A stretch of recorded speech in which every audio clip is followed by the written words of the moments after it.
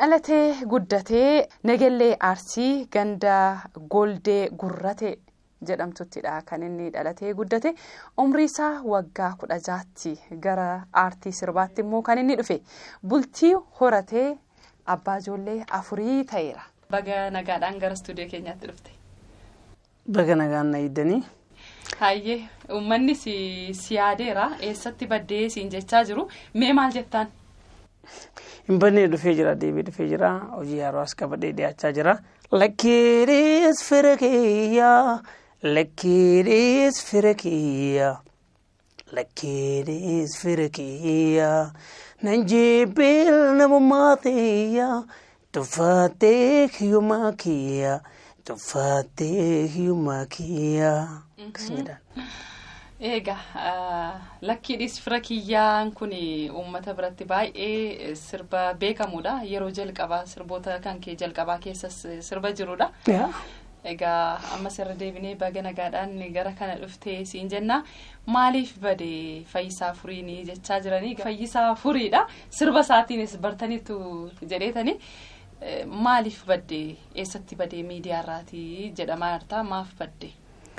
Okay, dhugaadha badee jira muuziqaa hojjetaan jiru yeroo dhiyaasi jalqaba baqa turee egaa biyya baqaatii deebii dhufe immoo deebii Kaayiroo turee Kaayiroo irraa immoo as deebii gara Dubaay deemee muuziqaa irraa bahuun kiyya eeguma baqadhe muuziqaa irraa bahee jechuun muuziqaa irraa bahee naajoo dhiisee jechuu miti waan tokko tokko bizinesii garaagaraa hojjechaa jira muuziqaan immoo yeroo barbaada. Isatti yaaduu barbaada. Sirriitti si nyaatetti dhiiga kee fedhaa, sammuu kee fedhaa, yeroo kee fedhaa, mallaqa kee fedhaa, attention guutuu fedhaa.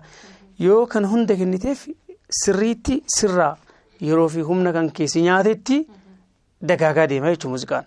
Yoo waan inni sirraa fedhu kan hangoone muuziqaa hojjechuu hin dandeettu. Kanaafan immoo attention cinaa ta'een muuziqaa hojjechuun attention dhibbarra 99 attention yoo qabaatte waan tokko guutuu argachuu hin dandeettu. Dhibbarra dhibbata attention kan irra kaa'uu qabda waan hojjetu tokko kanaaf godhuu hin dandeenye bizinees bira hojjechaa ture guutumaan guutuu sirriitti xiyyeeffachuu hin dandeenye kanumatti hafee malee muuziqaa dhiiseeti miti. Tole keessattuu gaa Fayyisaan weellistoota egaa warreen angafoo jedhaman keessaatiidha atis kan jirtu warreen uummanni keenya akka qaroo ija isaatti ilaalu keessaatis tokkodha. Sirboota baay'ee babbareedoo ta'an aadaadhaan ammayyaadhaan hawaasa keenya biraan gaati kanatti turte jechuudha. Sirboonni kan kee amma YouTube irratti fe'amanii kanan argu sagaleen kan keeti suuraan immoo suuraa namootuma adda addaati kan achirra jiru. Mee akkam sirba kanarraati achirratti waa feetee waa argatteettamoo fedha keetiin immoo kan fe'amaa jiru haalli YouTubeidhaaf sirba keetiin wal qabatu akkam? Dhugarbii gaafii bareeda na gaafatte wanni kun yeroon biyya baqaa jiru waan akkasii baay'ee argaa ture deebisuuf illee yaalaa turre amma immoo waan san sirreessuuf Ameerikaatti kan argamu Vision Studio wajjiniin amma sochii jalqabee jira. Isaan mirga qabeenya kalaqa kiyyaa isaanitti bakka bu'ummaa kennuuf deema. Karaa isaaniitiin abukaatoon tokko biyya Faranjiitis ta'e biyya kanaallee ta'ee akka waan kana na hordofu gochuuf yaalaa jira sochii irra jira. Carraa kanaan fayyadamee dhaamsi an dhaamuu barbaadu tokko uummata Oromootiif namoonni YouTube irra gadhiisan kun fedhii kiyya malee osoo nan gaafatin eeyyama kiyya malee akkas godhaniiran. Kanaafi waan kana deebisuun kiyya dirqama ta'a haqa kiyya kalaqa kiyya jechuudha. Ana kalaqee cuunfaa sammuu kiyyaati wanni kun indeeffadhaa deebisuu fi sochii irra jira. Sabni akka kanaa beeku barbaada. Warra waan kana godhaniif immoo yeroo tokko yaamichaan dhiyeessaa fi akkana dubbisan jechuudha. Yoo na dubbisuu dadhaban strike itti erginaa Omar kan jiru YouTube wajjin wal taane mirga abbaa qabeenyummaa kiyyaa indeeffadha jechuudha. Isaanii dura isaanitti himaa yoo itti himee dhaga'uu baatan yoo seera na wajjin godhachuu baatan strike itti erginan salphaadha jechuudha. Tole gara sanaatti deemaa jirta jechuudha. Isatti deemsachuu jirrama. Sirboota baay'ee hojjetteeti kanatti jirtu Fayyisaanii albamaan ammami sirboota meeqadhame kanatti hojjette? Amma uummata bira kan ga'een afuri jira nama studio kadhumee harka kee jiranii haaraa jiru kana midhaga hin jirre isa dura albamii sadirraa sirboota 36 qaba kanuma katabee jira. Guyyaanis guyyaa bashannanaati waan ta'eef mee sirba kee keessaa tokko sagaleedhaan nu jettaan.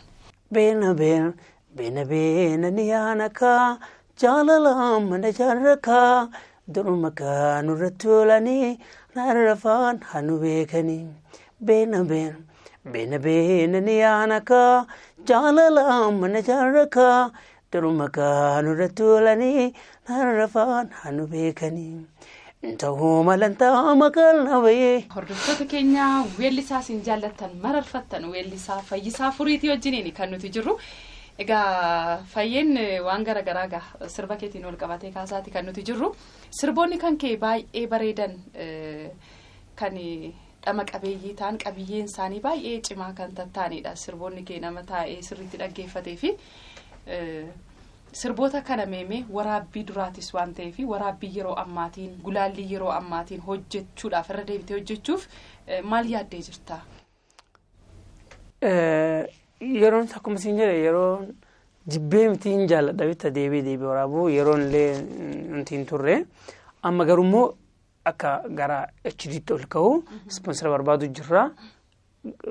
Sirboota waraabbii madurii kana amma miidiyaa amma jirutti fakkeenyaaf dur kaameraan itti waraabame waggaa 10 kana miti amma HD irra dabree 4K 8K akkasii jira amma sadarkaa yoo xiqqaa sadarkaa HD tti akka waraabamu sponsora barbaadne guutuu isaa irra deebinee hojjechuuf yaada qabna kana Vision Studio wajjin yeroo baay'ee dubbannee jirra ammas namoota bira dhuunfaan illee sponsora argannaa hojjechuu barbaada garuu dhuunfatti even viidiyoo tokko akka hin barbaadutti hojjechuuf viidiyoo tokko irratti 70 60 akkas baasii gaafata sirboota 36 akkas godhuun immoo qoonni ulfaata sponsora yaadaa jirra jechuudha kana godhuuf. Kanaafuu carraa kanaan sponsora illee gaafataa jirra jechuudha. Kanaaf egaa dhaabbileen Fayyisaa Furii sponsora gochuu barbaaddani egaa bilbila isaa karaa garaagaraatiin gaafattanii baruu dandeessu jennaani nama kan keessattuu waa'ee qabiyyee sirba keetiiti kan baay'ee namatti tolu jedhee kaaseetan jira. Amma namuma fira sooressa wayii fira isaa iyyeessa ta'e yookaan harka qalleeyyii ta'e wayii gaafa inni ofitti qabuu dhiisu sirba kee namni yaadanne hin jiru jedhee yaada lakkiidhis fira kiyyaa nan jibbin namummaa kiyyaa tuffattee hiyyummaa kiyya kan jedhu sana jechuudha. Sirbi kun seenaa dhugaa irratti akka hundaa'edha kan inni haasa'amu dhugaadha. Dhugaadha garuu wanni sun amma jijjiiramteerti fira wal dhabnee turree amma fira isaa wajjin araaramne jirra naga jirra garuu ergaan isaa songisan jalqabaa katabuu qofa osoo hin taane eega katabee stuudiyoo keessayyuu rakkoo guddoo ture tokkoffaa kun akka waraabamne naan jechuu turanii lammaffaa eega waraabameyyuu viidiyoo albamii irratti akka hin baaneyyuu rakkoo ture. Eega albamii irratti bayammoo albamii san akka ittiin waamamu lakkiidhisu jedhamette akka ittiin waamamu hin barbaanne ture isaan maaliifii nama wanti godha nama jeeqa jedhanii hin jaalanne jechuudha. Eegas immoo dirqiidhaan albamii irratti baase seenaa kiyya waan ta'eef ana waan ta'eef dirqiidhaan albamii irratti baase. Mee akkam sirboota kan kee kana walaloos yedaloos sumatu qopheessamoo akkam? Waan kana innaa baay'ee na gaafatan maaltu natti dhagama silaa namni katabeesii kenne bareeda maaliifii of keessaa baatee waan biraa argitee nama biraa irraa jechuudha yaada namichaa argitee waan san keessatti of laaluun bareeda hagammaa garuu ani ofumaa katabee ofumaa weellisaa as booda garuu immoo barbaadaa jiran. Baay'ee gaariidha. Sirba kan kee sagaleedhaan xiqqoo jedhiiti. Akkamitteen akkam goonaan akkamitteen akkam goonaan akkamitteen akkam goonaa. Akkamitteen akkam goonaa hanaaf jirreen gargar baana. Akkamitteen akkam goonaan akkamitteen akkam goonaan akkamitteen akkam goonaa. Akkamitteen akkam goonaa hanaaf jirreen gargar baana.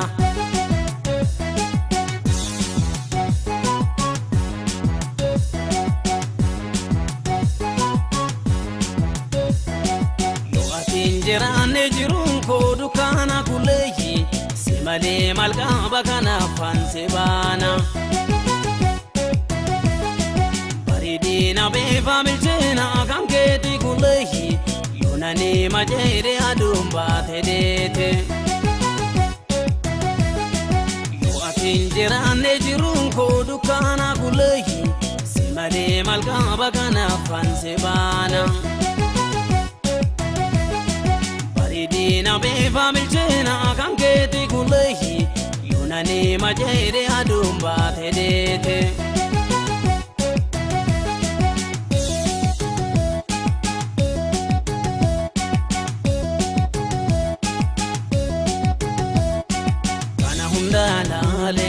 Yaduna halele malib gargar baana wajinin jirana sora lubutiya wobi jirokeya afuranda laado ansiram bagado kana hundalale yaduna halele malib gargar baana wajinin jirana sora lubutiya wobi jirokeya afuranda laado Jinjerado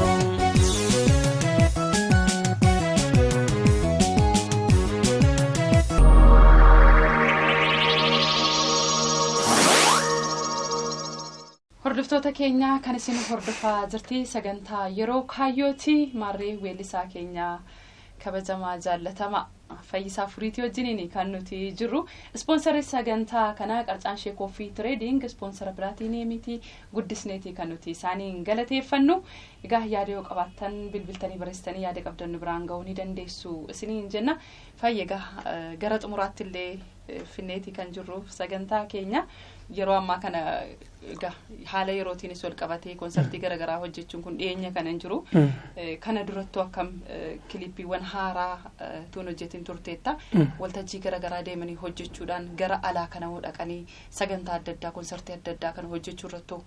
Okay, asin dura koronaan dhufuu dura Qatar deemee ture.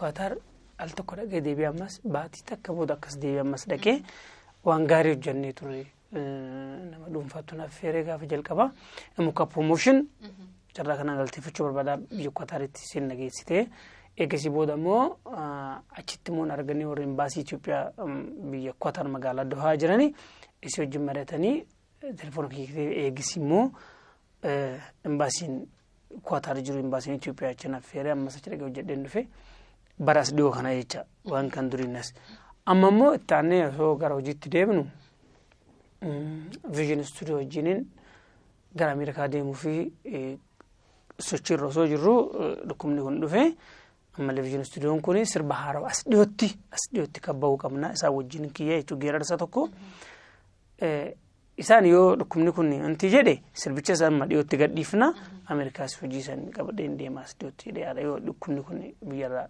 akka jedhan amma talaalliin isaa argamaa jira jedhanii Nullee gargaara Itoophiyaan illee talaallee akkasii hojjettee akka gargaartuun barbaada. Meemee fayyeeni weellistoota reefuu lafaa dhufootaan kan dhiyeenya kana sirba jalqaban keessaati. Eenyuun faa dinqisiifattaa isaan keessaa immoo mee sirba isaanii nu affeeri. Andu'aalam Gosaa baay'ee dinqisiifadha. Mucaa guddataa jiru. Mucaa bakka guddaa ga'u jedhee ani yaadu. Isa qofaa miti lakkoofni hin geessinu baay'ee ijoolleen hedduu jiranii. Ammallee Margituu. Dhugaa ijoollee kana lama baay'ee dinqisiifadha. Kana Oromoon naa beeku barbaada. Akkana jajjabeessanii akka isaan guddisan barbaada. Ijoolleen carraa kanaan akka jabaatan barbaada. Amma sirba Andu'aalamii fi sirba Margituu keessaa tokko isin isinii aanje uummata naaf firtan jechuudha. Fayyeen egaa waamicha keenya kabajjee waan istuudiyootti nu argamteef guddisnee si galateeffannaa galatoomisiin jenna. Ulfaadha fayyaanaa ta'an illee carraa kanaan baay'ee sin galateeffadha. Hayyee.